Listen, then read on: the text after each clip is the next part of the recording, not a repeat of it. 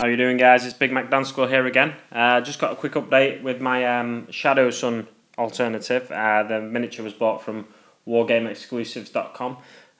So yeah, I'll walk you through this in picture form. So the miniature you see on the screen now is the official GW miniature for Commander Shadowsun. I've just put it up so in case you don't know what she looks like, and then you can see my alternative. The first thing I came across like there was kind of a struggle when assembling the miniature was the fact that it's so fine and so delicate. It's a really awesome miniature, but sometimes it makes it difficult to. Basically, I had to set up this rig of clamps in order to try and glue the miniature to the base. And this picture is just from the opposite angle, just to give you an idea of the lengths I went to try and hold it in place. Eventually, however, I did come to the conclusion that just glue wasn't going to work. I was a bit nervous of drilling into the miniature and into the base as well, because it's so fine, the detail on it, that I didn't want to ruin any of it or lose any of it. And on the miniature itself, I even went in with one of my finer drill bits at first, just to drill a pilot hole. And eventually I went back in with my standard drill bit size for the one I use for pinning. And here's the miniature on the base, so it's coming together nicely there, really. Just got a couple more angles of that for you as well. And if you look very closely on this image and the following one, just where her foot is connected to the bit of rubble, you can actually see a little bit of the pin shining through, but that's not really going to be visible once it's all painted up.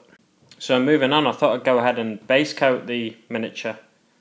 But disaster struck, unfortunately. As I base coated the base absolutely fine. I did that with a black, and I'm going to just highlight it up into greys, maybe a few browns in there.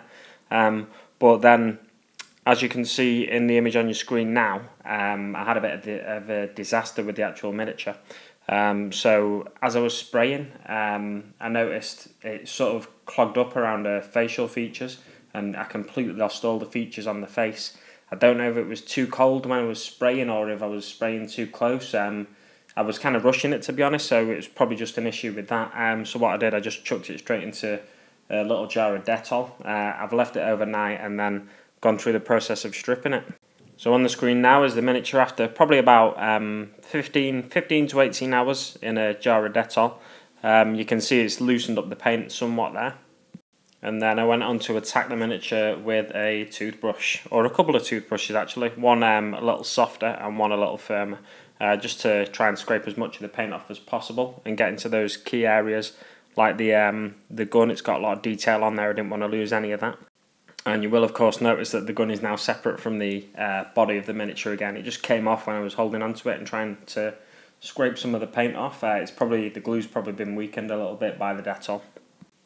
So the picture on the screen now is basically just to show you that I've managed to clear up all of the face, and that detail still stayed there nicely.